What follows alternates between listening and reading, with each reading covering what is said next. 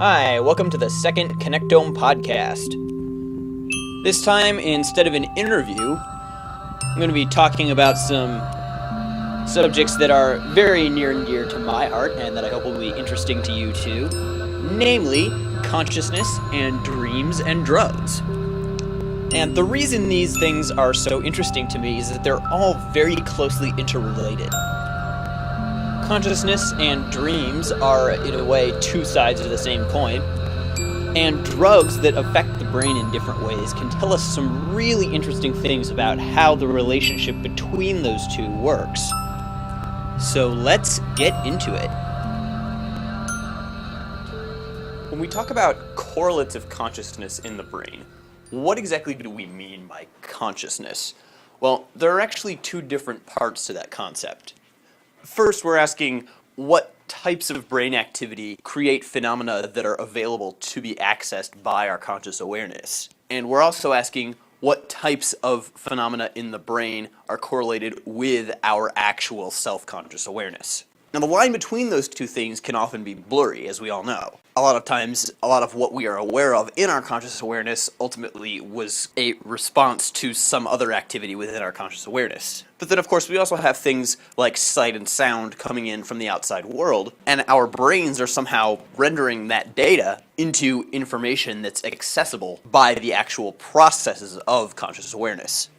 And interestingly enough, we can learn a lot about the relationship between these two types of processes by talking about hallucinations, dreams, and drugs. But first, I want to talk about a very interesting brain disorder, which is called Charles Bonnet syndrome. Oliver Sacks talks about this in his book, The Man Who Mistook His Wife for a Hat. Now, Charles Bonnet syndrome afflicts people, usually elderly people, who are blind. But they haven't been blind for their entire life. Now, what this means is that their visual cortex has learned to respond to certain kinds of visual stimuli, but that for most of their life, at least for the past few years, the visual cortex has been very understimulated, because very few signals have been reaching it. Now, on the whole, over time, the visual cortex will learn to stop responding to those signals, but in certain cases, the cases that we call Charles Bonnet syndrome, the visual cortex will begin to catch those stray signals and become very sensitive to them, and sometimes magnify them way out of proportion. And what this results in is that the person will be standing there, and ordinarily they won't see anything, and then suddenly, in the center of their vision, vivid as though it was standing right in front of them, they'll see random images from earlier in their life. Sometimes they'll have no idea where these images are coming from. They might be things that they saw once when they were a child and have no conscious memory of. One woman described seeing Kermit the Frog all the time. She had no idea why. She had no particular association for Kermit the Frog emotionally or mentally, or it meant nothing to her, but she just kept seeing Kermit the Frog. As you can probably imagine, people who get Charles Bonnet syndrome often are afraid to report the fact that this is happening to them because they think they're going crazy. They don't want to be dragged away to an institution. But luckily for science, a few people did report this to doctors and said, "Doctor, I know I'm not going crazy. Please tell me what's going on in my brain." And that's how neuroscientists were able to study these people and figure out what was going on, which is that their visual cortex was understimulated and it was responding to very small stray signals and magnifying them way out of proportion and actually rendering images into lifelike detail for these people. Well, this tells us something very interesting about the way that the processes that render what we perceive as reality are doing their job.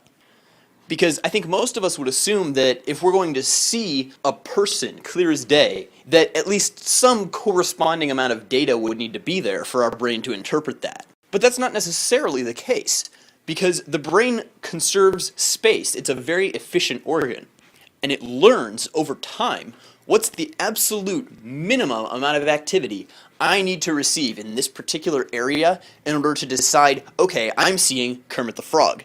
And sometimes, certain regions of the brain become so sensitive that when they receive even a tiny little stray signal, they go on ahead and tell other regions of the brain that are responsible for telling us what they see, "Hey, guess what? We're seeing Kermit the Frog." Even though they're receiving much less stimulation than they need to render that image in a healthy brain. So we see already one important principle in our perception of reality, which is that it doesn't necessarily depend on the amount of data so much as the strength of the signal and how strongly the signal is received and passed on.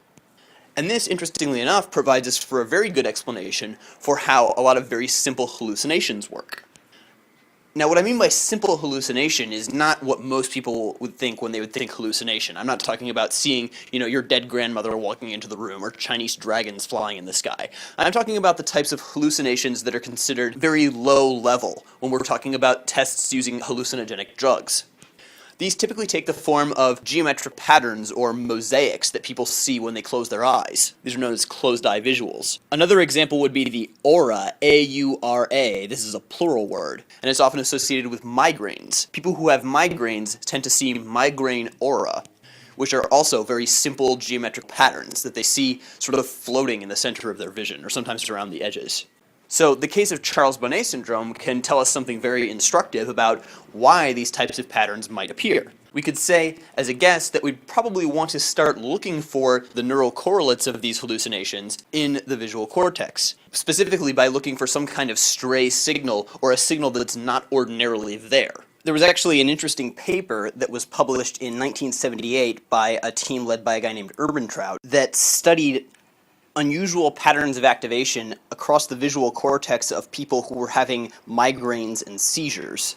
And the team actually developed a mathematical algorithm for translating that activity consistently into patterns that people frequently report seeing when they're experiencing migraine aura.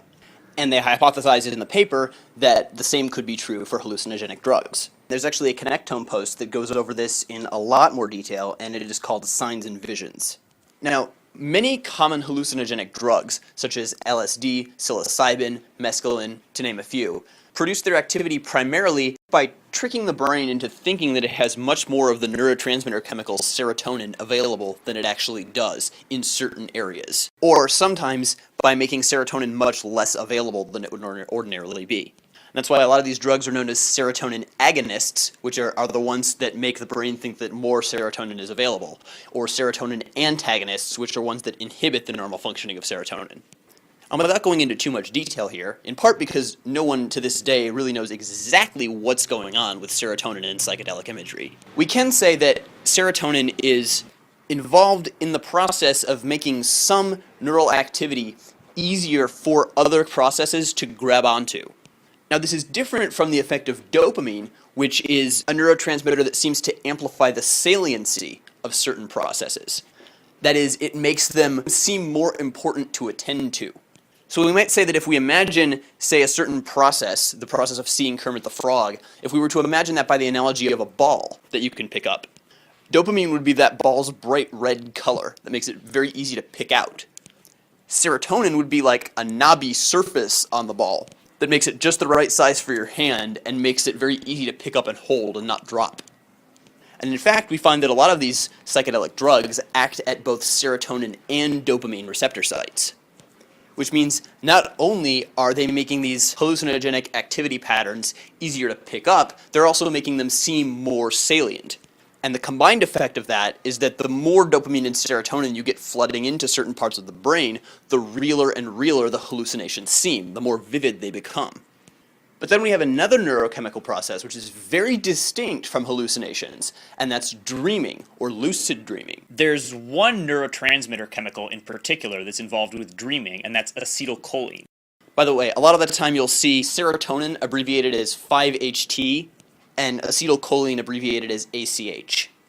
Now, if you thought that serotonin stuff was mysterious, acetylcholine is like a whole other level of mysterious. Because all we really know is that when we're dreaming, in REM sleep, rapid eye movement sleep, the stage of sleep where most dreaming happens, acetylcholine is pumped into the brain in huge amounts. What's interesting about acetylcholine is that its relationship with dreams is somewhat like the relationship of serotonin to hallucinations. Substances like dextromethorphan and, according to some studies, ketamine, which elevate levels of acetylcholine in certain parts of the brain, can induce very vivid waking dream states, where the subject is actually awake but experiencing a lucid dream. Now, this phenomenon is not very well documented yet. I've only read a few papers that talk about it. But what's really important to point out here is that it's clear that dreams are a completely different phenomenon from hallucinations. To explain what I mean, I can give an analogy. You might hallucinate, as I said before, that your dead grandmother walks into the room or that a Chinese dragon is flying in the sky. You might hallucinate something that's sort of superimposed or distorting your view of reality.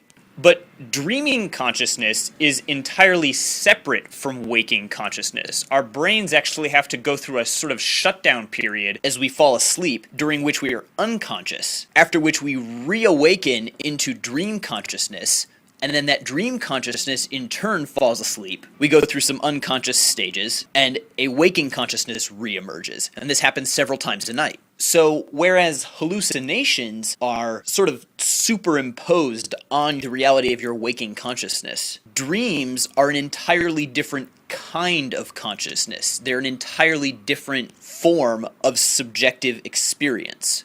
But what's interesting is that there are also drugs like scopolamine, which prevent acetylcholine's activity from spreading. And these drugs seem to induce hallucinations rather than dream states per se. That is, they seem to make people see things that aren't there, but they don't change the overall subjective experience of where you are and what's going on around you. So, back to the original question of what exactly do we mean when we're talking about neurocorrelates of consciousness? Well, it seems to be pretty clear, based on years of studying mouse and monkey and human brains, that what we call self-awareness, that is, the ability to deliberately consider information within our own minds and compare that to things that we are perceiving in the external world, and to do that consciously and deliberately and with the intent of drawing conclusions from that information, and furthermore to be metacognitively aware that that is what we're doing. Those processes seem to be dependent on the frontal lobe, particularly the prefrontal cortex, PFC, which really only begins to be present in some monkeys, mostly in the great apes, and most strongly in us. And dopamine and serotonin are both heavily used neurotransmitters in those processes. There's also another one called glutamate that's very important, whose role I'm not going to go into in this particular podcast.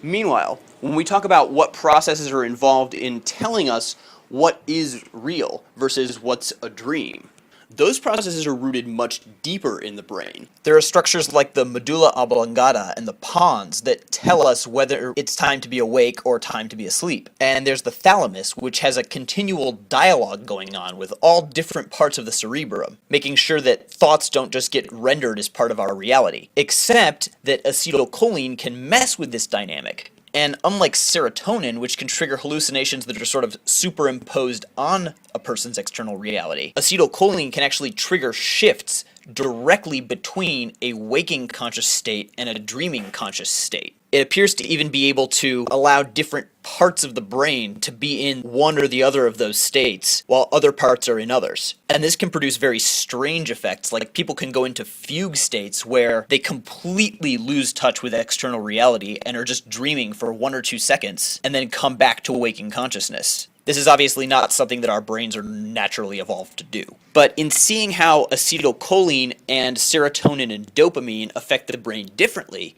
we can see how the actual processes of subjective consciousness and the content that's available to that subjective consciousness can sometimes be two different things. So we can see how our cerebral cortex, in particular the PFC and other areas that are responsible for things like self-reflection and self-awareness, are very intimately tied in with these very ancient brain systems that told our ancestors all the way back to the earliest amphibians, right now you're awake, right now you're dreaming. So does this mean that the earliest amphibians had dreams? I don't know. I don't know that we ever will know. What we do know is that that acetylcholinergic system and the structure that we call the thalamus today, those parts of the brain and those processes were both already present in many of the earliest amphibians that we found. We know this by studying both fossils of their anatomy and by studying many amphibians who we know, by comparing their current anatomy to the fossil record, have changed very little in the past few 100 million years. Does that mean that those amphibians had conscious awareness? Well, that's sort of my point. After this lecture, I'm hoping that if anyone asked you that question, you would respond, what do you mean by conscious awareness? Because many people who haven't studied these cases of things like Charles Bonnet syndrome, migraine aura, hallucinogens, lucid dreaming, they don't really seem to know what exactly they mean when they ask that question. And like many things about the brain, it's a much more multi-layered question than many people would expect. But that also means if you're willing to put a little work into learning about it, you'll often find that the answers are much richer and more intriguing and more fulfilling than you expected. So there you have it, consciousness and dreams and drugs. This is obviously just scratching the surface of all the complex interrelationships between these things. But I hope that I've spurred some interesting thoughts in your head, maybe given you some terms you'd like to plug into Wikipedia. So on that note, I will sign off for now. Until next time, when I will be talking about habits and how you can learn how yours work and hack them and put them to work for you. Until then, have a great week, everybody. Go do some science.